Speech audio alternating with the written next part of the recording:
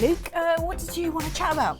Well, Ellen, I know it's been a while, and we've got these long flights coming up, and... Do you want to borrow Breath of the Wild? Oh my god, Luke, really? Oh, that's amazing. Oh my god, I'm going to go play it right now. Thank you so much.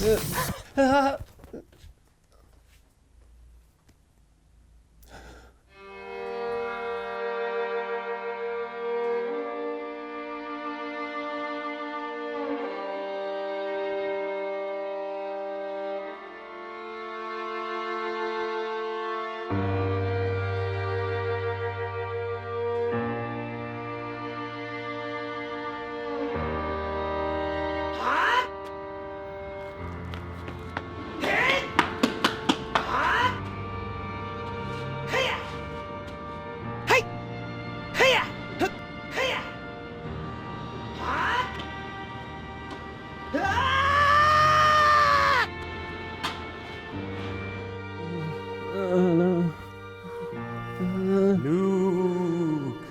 Link? Why do you sound like Andy? Shut up, Luke. You have to let me go, Luke. Let you go? But Let me go. Yeah. I have to let go. So, Ellen, how are you enjoying Breath of the Wild? Oh yeah, I'm sure it's great, but I'm mainly into Magikarp Jump right now. I mean, look at my Magikarp, Matt!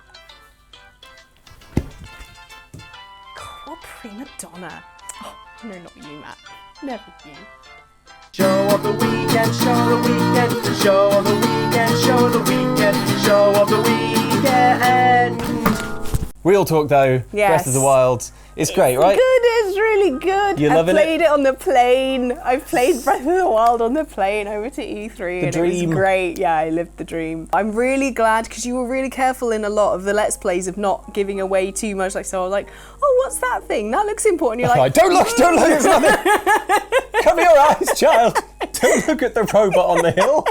And I've loved doing all the, you know, the shrines and unlocking loads of stuff and getting cool new outfits and dyeing him like all his clothes and stuff. Well, I'm love genuinely delighted to hear you talk about it. But let's not bang on and on about But Breath of like the Wild, shall my we? Ellen? horses Simon No, and no. Dave. Oh, this is how it feels.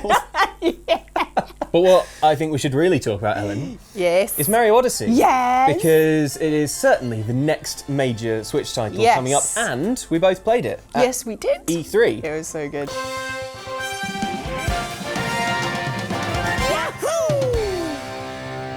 Because we had a look at like 2 different levels, so we each played a bit. Yeah. This is really fun. Yeah. Because we played with the Joy-Cons, so it's just kind of going whoosh, and then you flick your hat, and it's really Yeah, like the main mechanic, you probably saw, viewers, but if you didn't, is like, okay, right.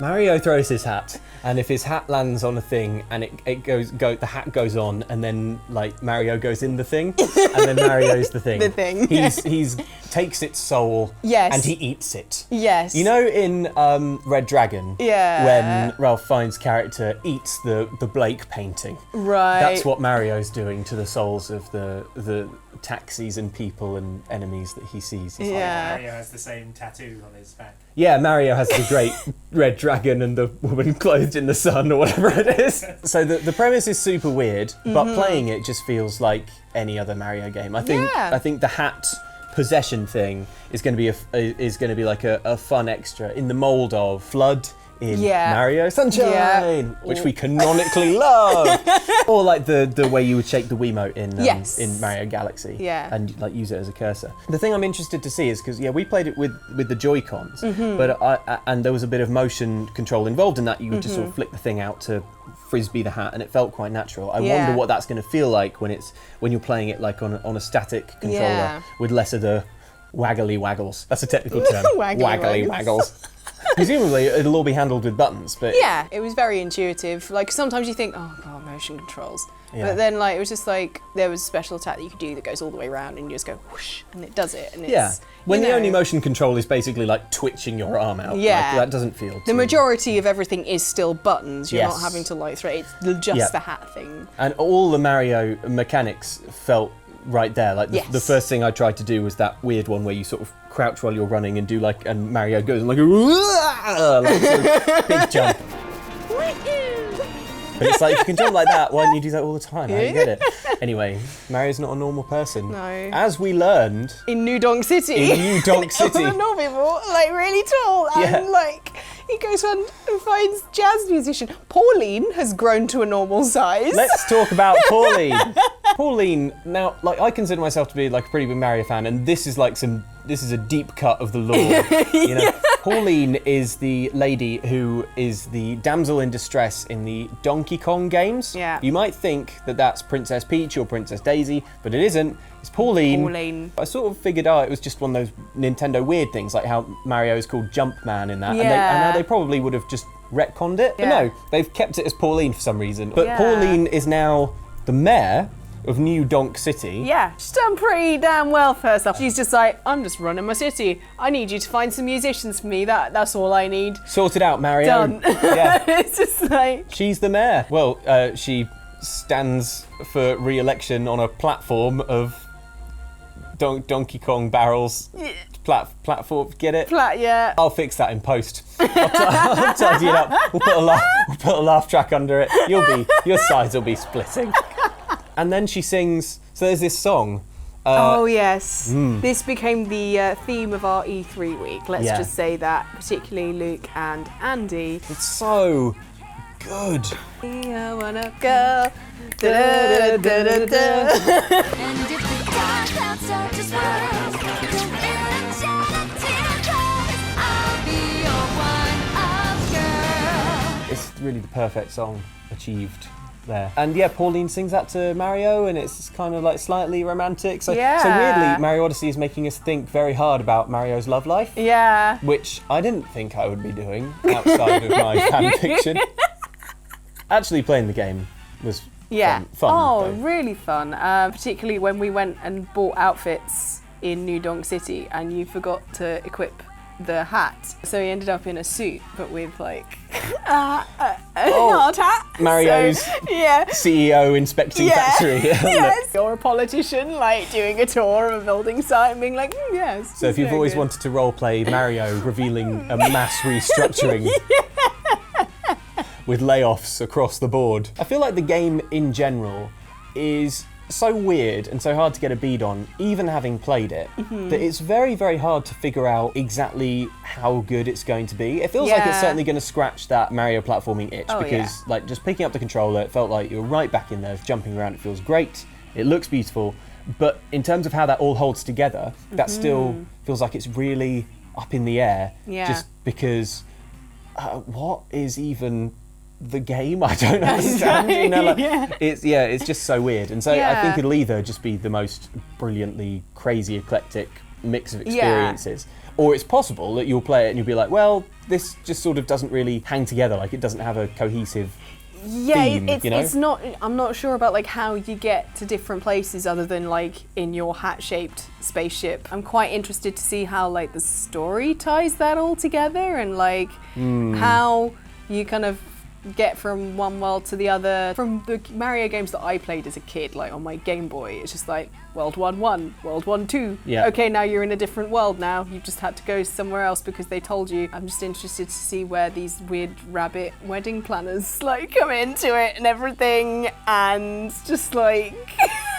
The only other thing that I would note as we would jump around is, having come off the back of playing loads and loads of Breath of the Wild, historically Mario is always the one who is better at getting around because he's like Mr. Jumpy. Yes. That's his official name. In Breath of the Wild, the way that you can just climb everything, like just run up to a wall and go like up and with your little linky hands and your linky feet. I sort of missed that playing Mario Odyssey. Did you sort of notice that? A little bit. There was a point where we had to scale a building in New Donk City, which I'll never get tired of saying. It was like a sort of rip-off of the Flatiron building in New York.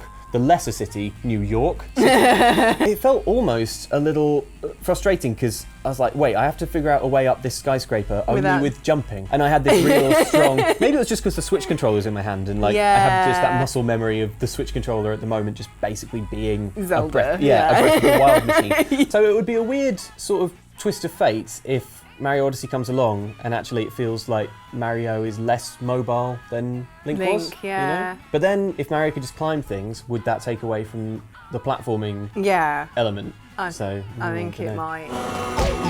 As someone who's played like a lot of Assassin's Creed, when you play Assassin's Creed for a while and then you go back into any other game with buildings, you're like, why can't I just climb everything? So I completely get that. But it's just really enjoyable seeing lots of things with Mario moustache on them. Yes, and it is. Little Mario hats. And there's stuff that we couldn't get to play that, like, we know that you'll be able to be a T-Rex. Yes. And a chain chomp. Yeah. And a taxi. And all these things that we just want to be as Mario. Pretty please.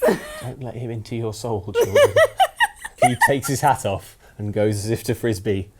Cover your head. Anyway, Ellen, you mentioned Assassin's Creed just now. Yeah. Assassin's Creed Origins, obviously, one of the massive things that we've been looking at. And now it is time to give you a quiz on that game exactly. That didn't really go as well with the claps as I thought it would. Nevertheless, let's do the Assassin's Creed Origins quiz.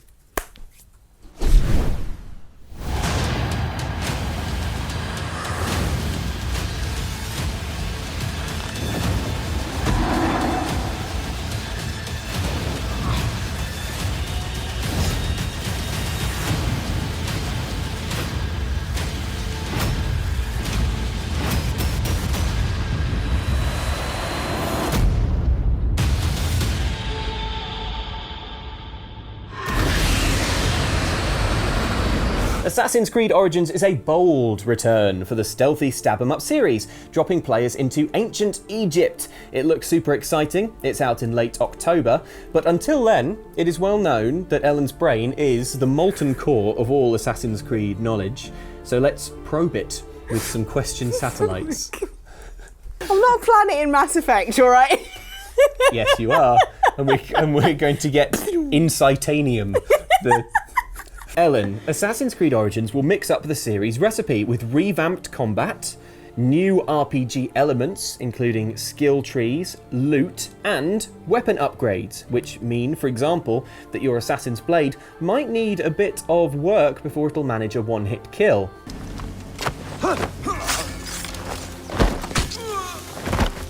Ellen, as a big Assassin's Creed fan, how outraged are you about these changes? It's acceptable to be not outraged at all. I'm not outraged at all.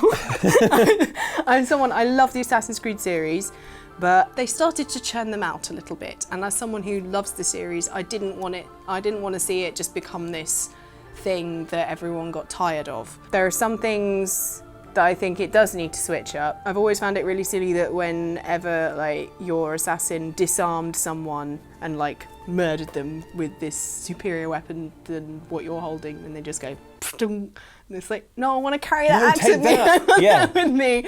A lot of people kind of worried about the Assassin's Blade, because like in the dev diaries they were like, yeah, you might, it's not, straight out the bat and you'll kill someone straight away and it'd be fine. I think it just means that you don't have, it's more that you're not given a weapon and then immediately you're the best at it. You couldn't do double assassinations straight away, and because when I was playing the little demo bit. Yeah, or like those drop down ones or. Yeah, like you had to unlock those skills. Yeah. And I think that's more what it is.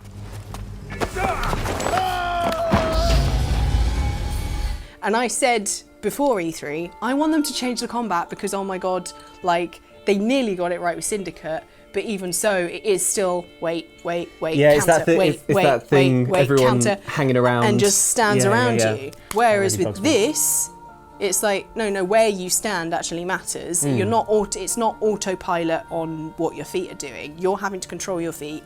You've got a shield as well. Like, some people are like, oh god, it's not an Assassin's Creed game anymore. It's still very much an Assassin's Creed game. Having played it, it plays exactly like an Assassin's Creed game, but there's more depth to it. I'm excited for it. I like the fact that, loot. I like the fact that there's like a proper bow and arrow rather than just, I'm gonna equip my dart and aim for that person, they're dead. It still feels like an Assassin's Creed game. The parkour is exactly the same. You're still running around helping people, doing the same things, taking out Templars. Your eagle still has eagle vision as well, and it's like I could feel some people going, it's different, and this is scary. But you reckon it needed a bit of a mix-up? I think it needed a bit of a mix-up, so I am looking forward to it. I'm not like, whoa, hype, because I always think, wait until the game is fully out before you get, like completely like, yeah, exactly. Excitement-wise, you're crouched. Excitement-wise, I'm like, I'm extremely optimistic. You're in the optimism bush, but you're crouched. All right, so your outrage meter is low. 0, Next question. yeah. In Origins, hero Bayek will rely on his trusty eagle scout Senu Be my eyes, Senu. to get the lay of the land and plot out the best route through his myriad foes. Senu is quite the companion, clearly, having loads of abilities that we wonder should an eagle really possess. Ellen, how would you convince an eagle to do your bidding in this way? What would you say? Got some chicken.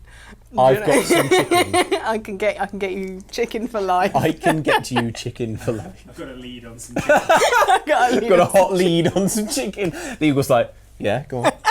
Well, the thing is, there's a lot of people saying that she's actually like a falcon, and there's a lot of arguments about that, but I think they're all in the same family, bird-wise. Whatever, so... it's going to want some chicken. When I went to uni, I was down the road from a deer sanctuary that also had owls and falcons and eagles, and they just gave them a lot of chicken to get them to like fly around and do stuff like... Okay, so if you're wondering how do you make an eagle actually scout ahead for you, the answer is... Chicken. Chicken. Chicken. What if I actually want to be able to see through its eyes? Just like attach a GoPro to its head. They actually did that as a publicity thing for Syndicate. They attached a GoPro to a bird and flew it around London. It looked really cool. So it was just The bird like struggling. I'm very delicately calibrated for my weight. It's like nose diving into the Thames. If they can pick up a blooming pigeon, they're going to be able to carry a GoPro. Fair enough. Who are we to understand the mighty eagle? So your answer is chicken. Yeah. As usual, chicken is the answer. Get that on a t-shirt. Ellen, the setting of Origins is ancient Egypt, the furthest back in time of any Assassin's Creed game yet. But where should the series go next? Resident history buff Andy has selected the scientifically most interesting point in human history for a new Assassin's Creed game to be set. Can you guess the setting by asking Andy only 10 yes or no questions? Andy comes. Right. Now, Andy, do you Yes. feel confident that using your history brain, Yes. you have selected what is objectively the best setting for Yep. the next Assassin's Creed Yep, game? yep, yep. You've got 10 yes or no questions, yes or no Ellen. questions. Go for it. Okay. Is it in Asia? No. See, I was thinking feudal Japan. That's the one that everyone wants. Good tactic though, going by sizable landmass. You've already narrowed it down quite a lot. Is it in Europe? Yes. Europe, okay. Is it in the Mediterranean? No. No, because we've done, Ezio. Yeah. Is it mainland Europe? No. All right. Remember, we need the time as well as the location. God. Is it the British Isles? Yes. Right. 5 questions left. Like Scottish Wars for Independence? Nope. No. Good guess. Not a lot of vertical travel, except for one wall. Yeah. just climbing. parkouring along Hadrian's Wall. I've left 100 feathers along the top. Got one. Wars of the Roses. Sort of. Yeah. Right, Like it's okay. only yes or no, isn't it? So, no. Okay, Tudor. Yes. There you go. Tudor- Period from Tudor the England. end of the War of the Roses to the Gunpowder Plots, about 100 years. Yes. What was popping off? So yeah, the end of the War of the Roses. Yeah. The establishment of the Tudor dynasty. Henry VII, Henry VIII. Henry VIII was interesting. The succession to Henry VIII. So Yeah. Lady Jane Grey, Mary Queen of Oh, Scots. God, yeah. Then That you was a had whole thing. That was a whole thing. Then you have Elizabeth's reign, which was full of intrigue Yeah. and secret plots. Does it Yeah. include the Armada? And includes the Armada. Yes! Yeah. And then This is 2 years brilliant. after Elizabeth's death, you have the Gunpowder Plot. So that entire Oh man. 100-year period there. Nailed it. And run around Hampton Court Palace as well. Yeah. You don't want to get your Hampton Court. Sorry. It's really interesting. Basically, Henry VIII just made the guy give it to him. Like, in terms of like the original owner was like, oh, I have this lovely, yeah, it's mine now. Your house becomes My house. Isn't it weird how I'm the king? Mi casa. Su casa? Es no su casa. Es mi casa. Ellen, final question. Right. Origins will introduce a slew of exciting changes, some of which we've discussed, many of which were predicted by Outside Xtra weeks before the game's official unveiling in our video about what we need from a new Assassin's Creed game. We were chatting about this the other day, that someone suggested lots of scaffolding everywhere because they're building constantly. You can climb the scaffolding. Climb the scaffolding. Scaffolding, nailed it. Camels. That Camels, was it. I said camels. I want camels, and they've got camels. And they've got camels. There's crocodiles and everything. Crocomodiles. Ellen, this seems like a good opportunity to find out if you are genuinely psychic. So, I have here Pokemon cards. I wondered why you got those. Because believe it or not, we actually have much easier access to Pokemon cards than actual playing cards. Yeah. Okay, Yes. I have 2 Pokemon cards here. Right. One is a Brionne, one is a Golduck. I'll just prove that to the viewers at home. There you go. Ellen, try and channel the same psychic energy that you used, and can you find the Golduck to prove that you're psychic? I don't know. I think it's less psychic and more that I know the series really well. Ellen has claimed that she has real psychic powers, and now we put it to the test. I don't know. No, you'll relax your mind, focus, use your psychic powers. Allow your psychic powers to guide your hand. Yeah. Access the spirit realm. Have you accessed it? Are you in there? Sorry, is this distracting?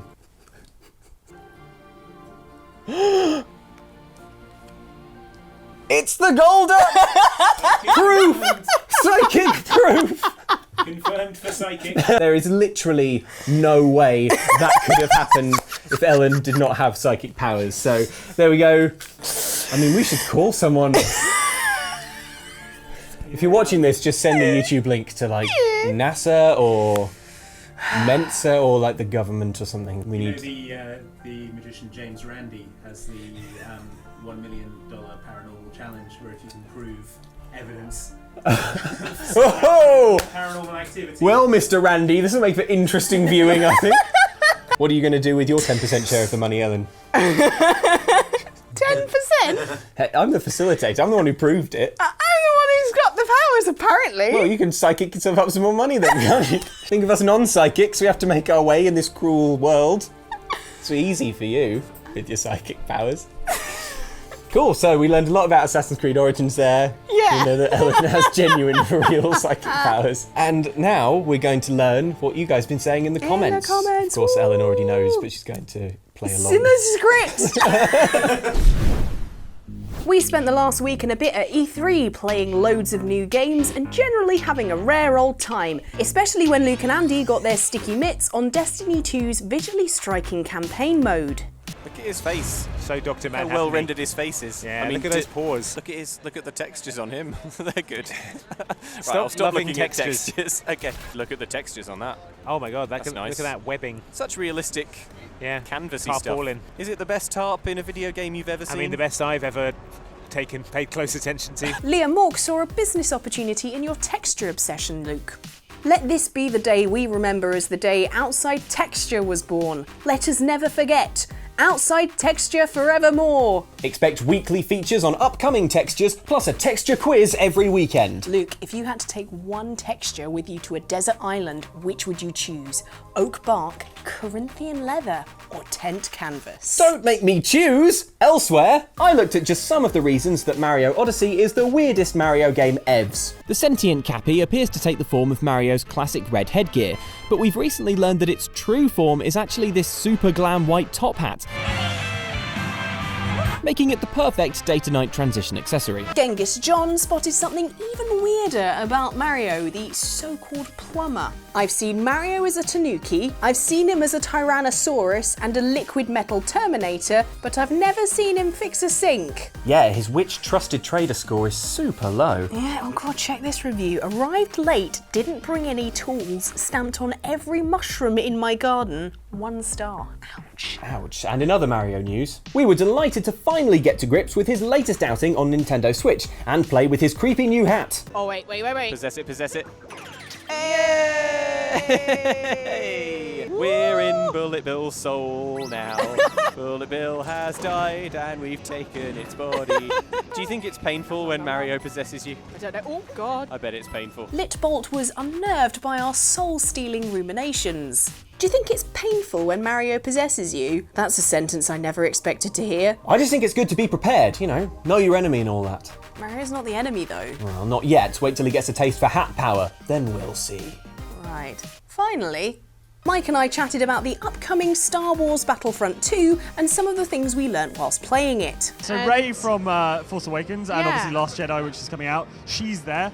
Waving her lightsaber around. Yeah. But also we've got the guys from the prequel trilogy as well, so Darth Maul is in Maul. there. And then also Boba Fett was running around as well. And these guys are all Han mashed Solo, up. Yeah, everyone Han was there. Solo's So it's just a huge mashup. You both made some interesting points, but the gosh darn Batman was a little confused by where you were filming. It looks like the background is upside down, and Mike and Ellen are hanging from the ceiling. I'm dizzy now. Yeah, we probably should have mentioned we film everything upside down. Yeah, we're ceiling folk. We're on the ceiling right now. Ellen, do you ever yearn for the human world with its floors and its carpets? Hush, Luke. That's not the ceiling folk way. Also, could you pass me the hairspray because my ponytail's going to go any second. Now, there are no bloopers this week because we are total professionals and have run out, honestly. Yep. We were away for a few weeks, so we haven't done anything wrong. We haven't done anything wrong. We were good. For some reason, when we work in LA and there's lots of sunshine, we just work a lot better. Turns out vitamin D deficiency was what was all that was holding us back. Anyway, thanks for watching, guys. It's really lovely to be back on the sofa, back in the UK. Very nice. So thank you for watching. Do like and subscribe if you enjoyed this. There's loads more Show of the Weekend to watch. It's not that timely. You can just watch old ones. It's totally fine. And we will see you next time. Ellen, do you want to do one more psychic test? Yeah, go on. Also, don't forget, we've got an entire E3 playlist over on Outside Xbox and also on our main channel page as well. Which one? Which of these is the Golduck?